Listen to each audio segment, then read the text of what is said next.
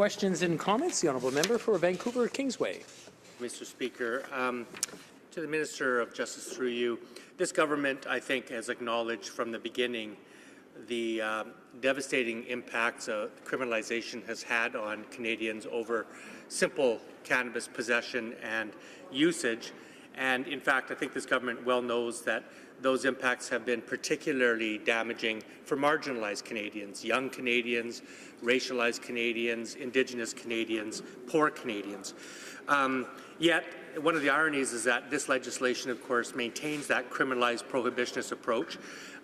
Any Canadian caught with 31 grams of cannabis in public or who grows 5 plants, or an 18-year-old in Alberta selling to a 17-year-old faces criminal prosecution and conviction and penalties up to 14 years in jail. So my question to the minister is this. She's the Minister of Justice. She knows that there are hundreds of thousands of Canadians who carry criminal convictions that have devastated their lives in many respects today. What plans does she have as a Minister of Justice for granting those Canadians pardons for engaging in activity that, come next July, will be activities that will be entirely legal in this country?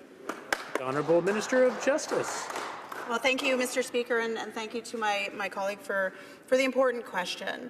And again, I will reiterate the purpose of Bill C-45, as all members of this House have heard me state before. We're committed to legalization, strict regulation, and restricting access to cannabis to keep it out of the hands of young people and the proceeds out of the hands of criminals. As I've stated again many times, simply decriminalizing at this point is not going to assist or achieve those objectives. What I have been doing and what I commit to continuing to do is to work with my colleague, the Minister of Public Safety. We recognize, and this is contained within Bill C-45, that the over-criminalization for small amounts of possession of cannabis is something that needs to be addressed. We've sought to address it in Bill C-45.